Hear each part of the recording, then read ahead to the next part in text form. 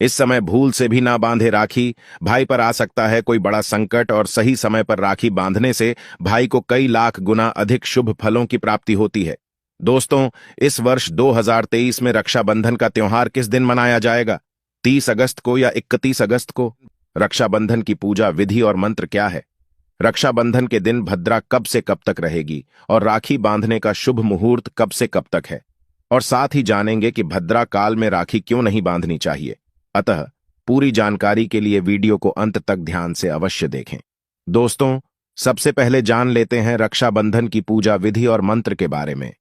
मान्यताओं के अनुसार रक्षाबंधन के दिन सुबह स्नान आदि से निवृत्त होकर पूजा की थाली सजानी चाहिए, जिसमें रंग बिरंगी राखी के साथ रोली, चंदन, अक्षत, मिष्ठान, दीपक और पुष्प आदि रखें। अब इस थाली में गाय के घी का दीपक जलाकर इसे पूजा स्थल पर रख दें। रक्षाबंधन के दिन सबसे पहले घर के मंदिर में पूजा पाठ करके भगवान गणेश को पहली राखी बांधनी चाहिए। भगवान गणेश विघ्नहर्ता हैं। वे सदैव आपके भाई की रक्षा करेंगे, उसे बल एवं बुद्धि प्रदान करेंगे। इसके बाद भाई का तिलक करके आरती करें और दाहिनी कलाई में राखी बांधे। कलाई पर राखी या रक्षा सूत्र बांधने के बाद भाई को मिठाई खिलाकर पूजा संपन्न करें। लेकिन ध्यान रहे, कलाई पर रक्षा सूत्र यानी कि राखी बांधते समय यह मंत्र अवश्य बोले। मंत्र इस प्रकार है: येन बद्धो बलिराजा दानवेंद्रो महाबल तेन त्वाम प्रतिबद्धनामि रक्षे माचल माचल। इसका हिंदी अर्थ है कि जो रक्षा धागा परम कृपालु राजा बलि को बांधा गया था, वही पवित्र धागा मैं तुम्हारी कलाई पर बांधती हूं, जो तुम्हें सदा के लिए विपत्तियों से बचाएगा। साथ ही भाई की कलाई पर रक्षा धागा बांधने के बाद बहन को भी भाई से वचन लेना चाहिए कि मैं इस पवित्र धागे की कसम खा के कहता हूं कि मैं अपनी बहन की हर परेशानी और विपत्ति से हमेशा रक्षा करूंगा। आइए अब जान लेते हैं इस वर्ष रक्षाबंधन का त्योहार किस दिन मनाया जाएगा। दोस्तों, शास्त्रों के अनुसार रक्षाबंधन का त्योहार हर वर्ष सावन माह की पूर्णिमा तिथि को भद्रा रहित काल में मनाया जाता है। यह पर्व भाई बहन के पवित्र रिश्ते, स्नेह और प्रेम का प्रतीक माना गया है।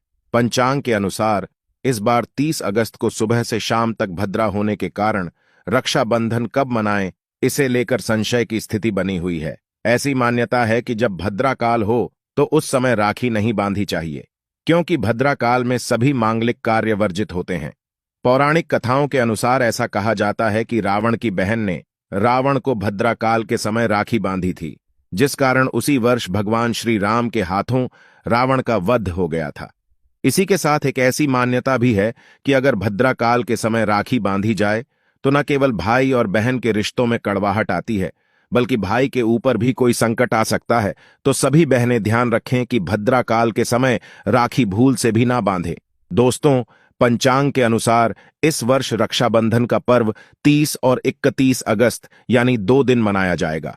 पूर्णिमा तिथि 30 अगस्त को प्रातःकाल 10:58 पर प्रारंभ होगी और इसकी समाप्ति 31 अगस्त प्रातःकाल 7:46 पे होगी। अब बात कर लेते हैं भद्रा काल के बारे में कि भद्रा कब से कब तक रहेगी। दोस्तों, पंचांग के अनुसार इस बार भद्रा के रहते राखी बांधने के लिए बहनों को कम समय मिलेगा।